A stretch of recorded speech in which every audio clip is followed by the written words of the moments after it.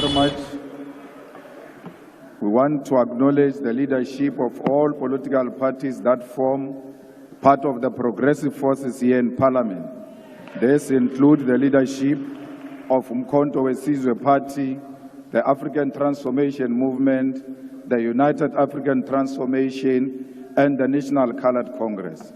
We want to salute the people of South Africa who have rejected the former liberation movement that has enjoyed political power for the last 30 years. Today, that era has come to an end. It is beyond doubt that the former liberation movement failed to turn the political power into economic power. As our forefathers in the liberation struggle in the African continent said, political power without economic power is meaningless. Mr. President, you indeed spoke like a badly wounded buffalo yesterday. You spoke like a given-up soul. Nothing inspirational came from that tired speech yesterday. You didn't speak like a person who declined electoral support with 17% to less than 50%. How on earth do you repeat a SONA speech that made you lose elections? You were saying to South Africans yesterday, in so many ways, that you learned nothing out of these historic elections to an extent that you want to continue business as usual. We grew up being told that some of you were collaborators, but we gave you some benefits of the doubt.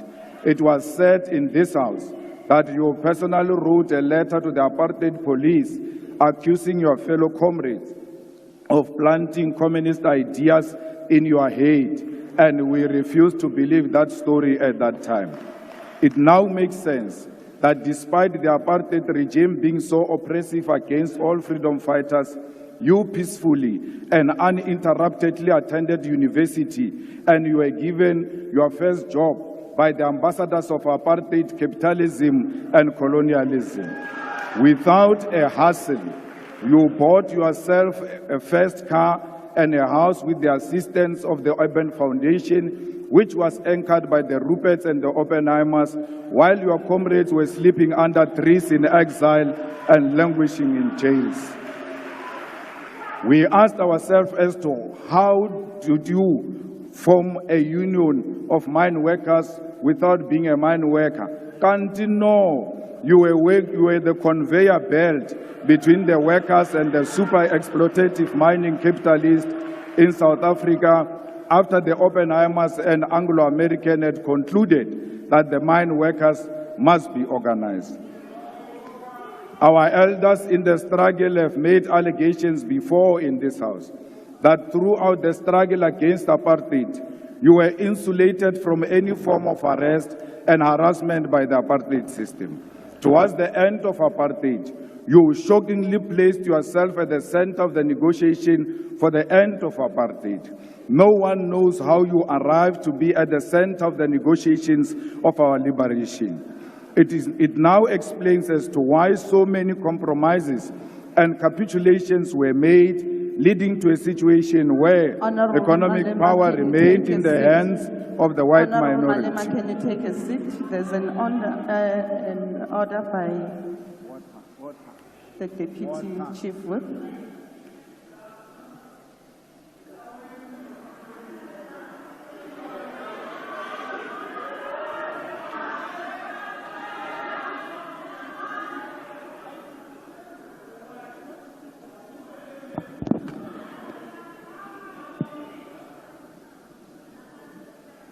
Honorable Chairperson of the NCOP, you instructed that the Honorable member, Honorable Malema, must sit down.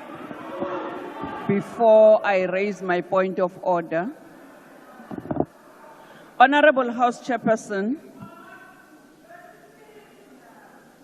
Honorable Chairperson of the NCOP, the Honorable Malema is casting aspersion on the President, on the persona of the President.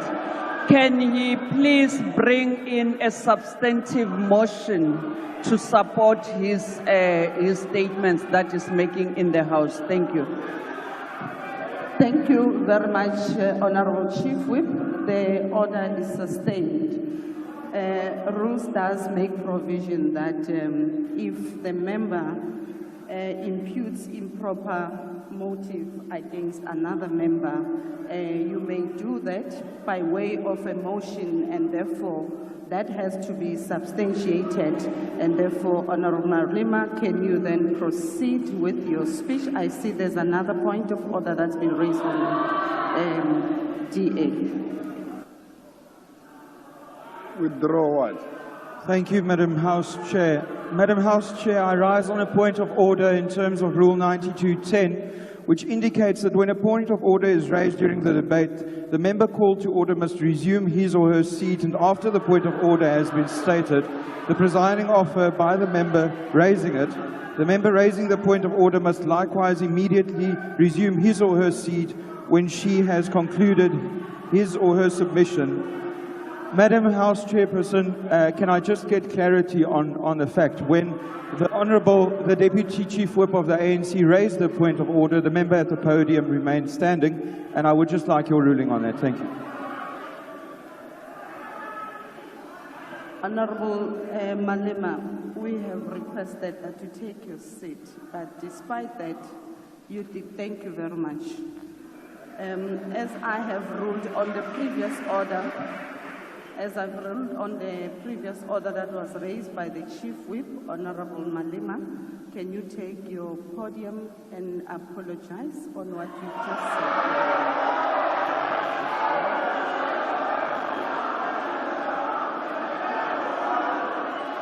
The order of the custom. I must apologize for not sitting down. Can you take your seat, Honorable Malema? The order was raised with regards to casting aspersions on the President. Can I be allowed time, honorable members? I will then allow you space. Order, honorable members. The order was raised with regards to the honorable member casting aspersions on the President, and accordingly, honorable members, can you please take your seat? I have not recognized you, Honorable Shibambo. Can you please take your seat? I have not concluded.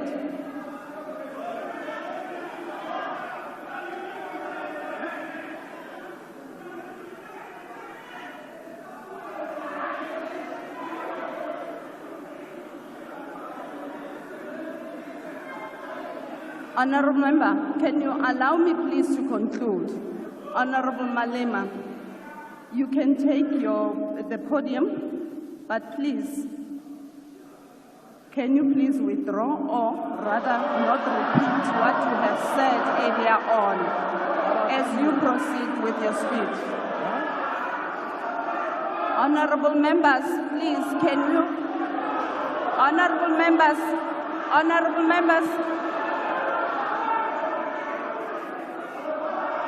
Honorable Malema, can you sit down? Honorable Shibambo.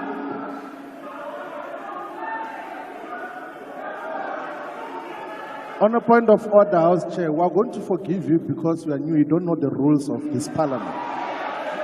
When a point of order is raised, you must specify the rule and the specific sentence or a phrase that you say this is a violation of the rules of the National Assembly. What the Commander-in-Chief is doing is to give a political characterization of a phenomenon. That is a point of debate. It's not casting aspersions. How else do we deal with political questions without giving context to what got to transpire to where we are now? Where else do we say that except here in this parliament?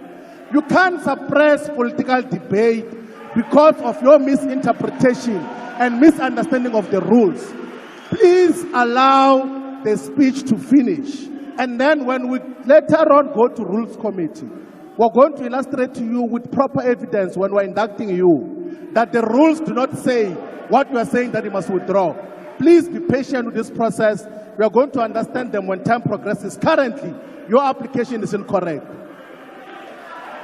Thank you, Honorable Shibambo. Honorable members, Rule 53 makes provision that if a member makes personal reflection on the member's integrity that are equally offensive or damaging, which cannot be necessarily substantiated.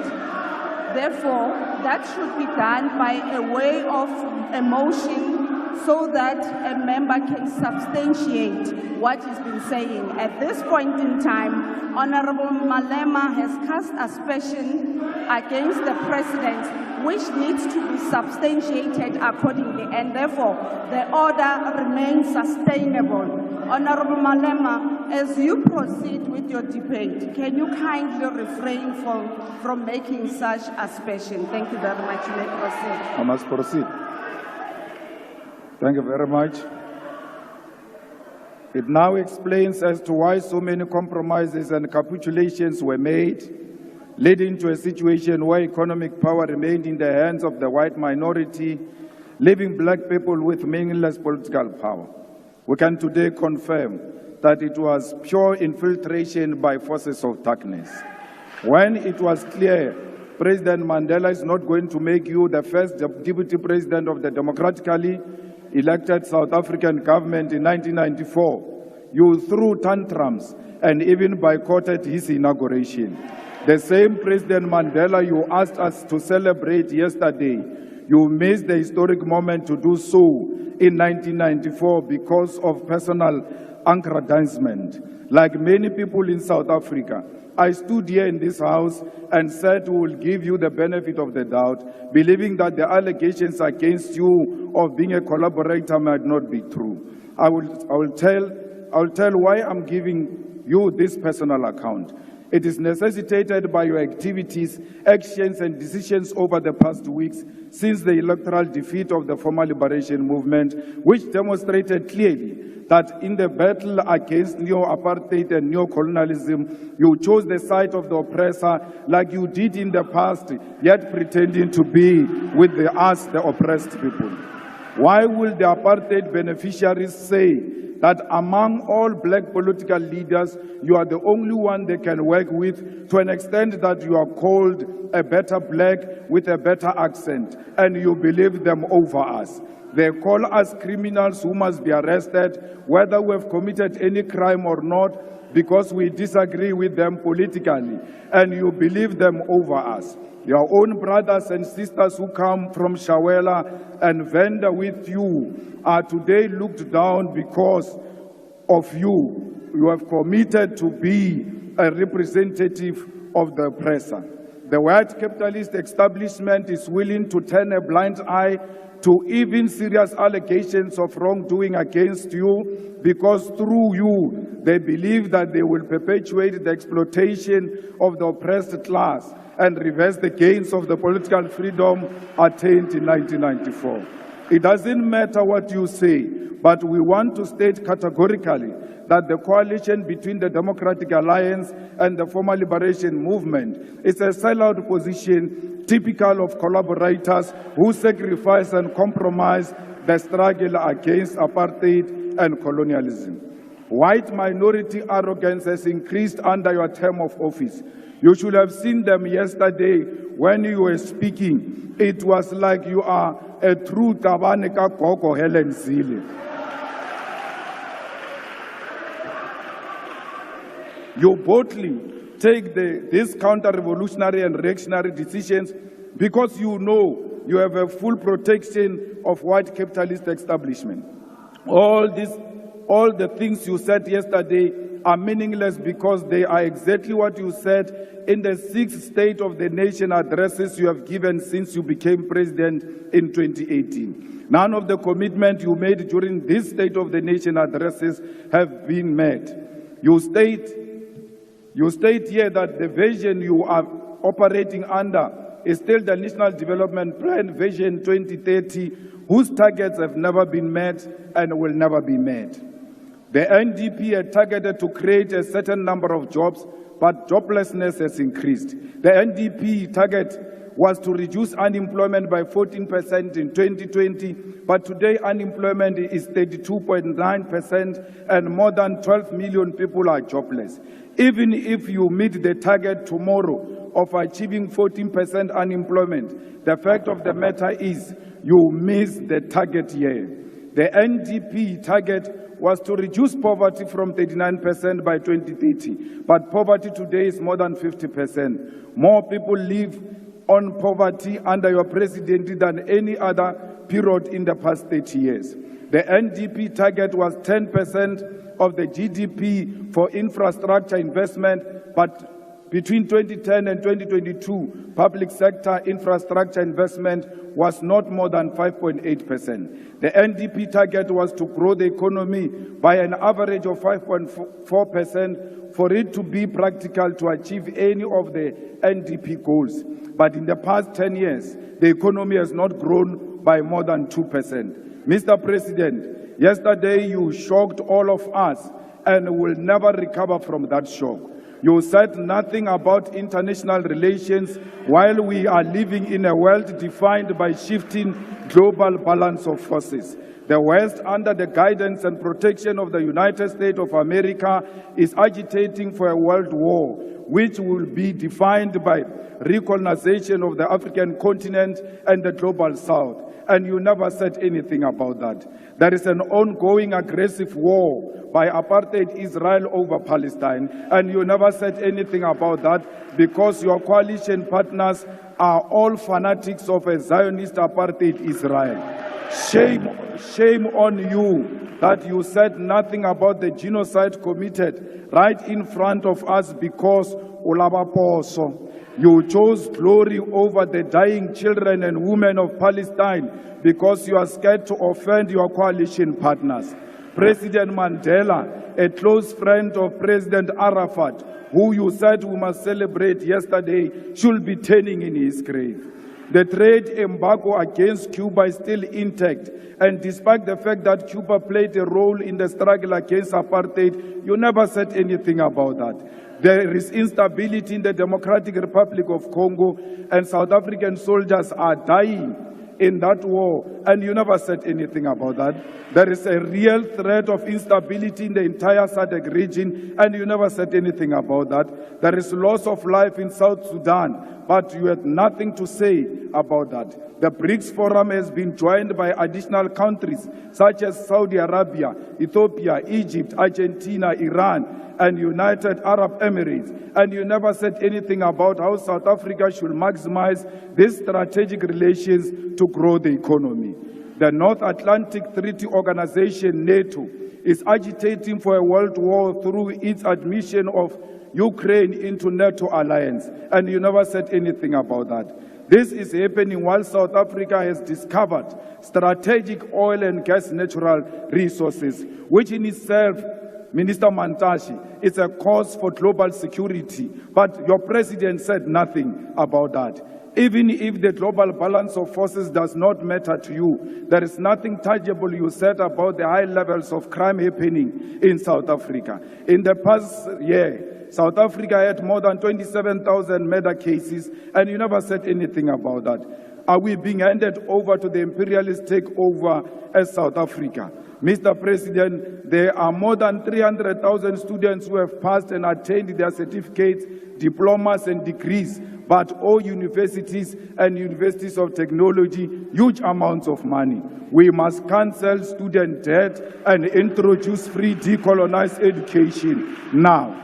You claim to have created 2 million jobs through your presidential employment stimulus, but there are no additional 2 million jobs that were created since you took office in 2018. And if you want to argue this point, go and argue with Stats SA.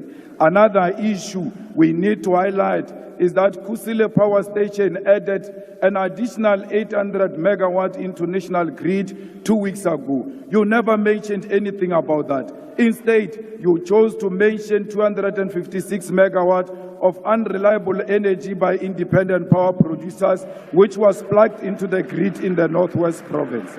This is an evidence that in addition of selling fictional buffaloes at Palapala, you are also a salesperson for independent power producers. These independent power producers were at the center of why South Africa experienced perennial load shedding for years until 2 months before the elections. The land which our people desperately needed for human settlement, agriculture, public service and business was left in the hands of the oppressors.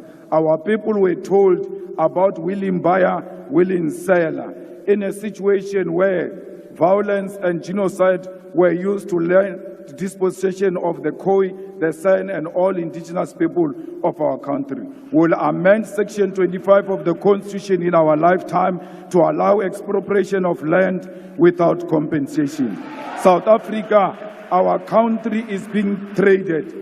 We, the progressive forces, need to constitute an alternative radical agenda. Let us do everything in our power to rescue our country from being traded on a silver platter.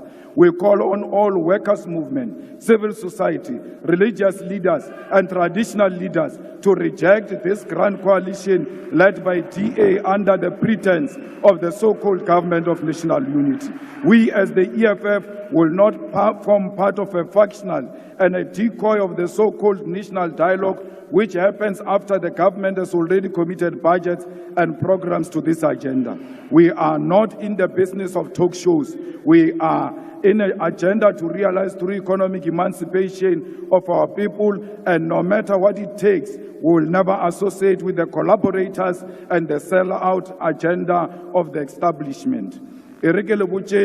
Nonyana phaku phaku ibiale ile tiye a re tshushike maru a utla bosele motho wa ba le matric wo a sankang aba subjected to a peer review comes here and calls us VBS looters. I understand the mind of a rat will not comprehend that is actually sitting with VBS looters themselves in the government of national unity. The same matriculant is a beneficiary of the loot of 20 billion of Steinhoff that was invested by public investment, by PIC. No amount of nonsensical threats of arrest can silence us. Not even death can silence us, because Mama Winnie Madikizela Mandela's voice has multiplied. Ours is a generational mission. We shall overcome. Victory is certain. We want to tell you now, your days are numbered. Thank you very much.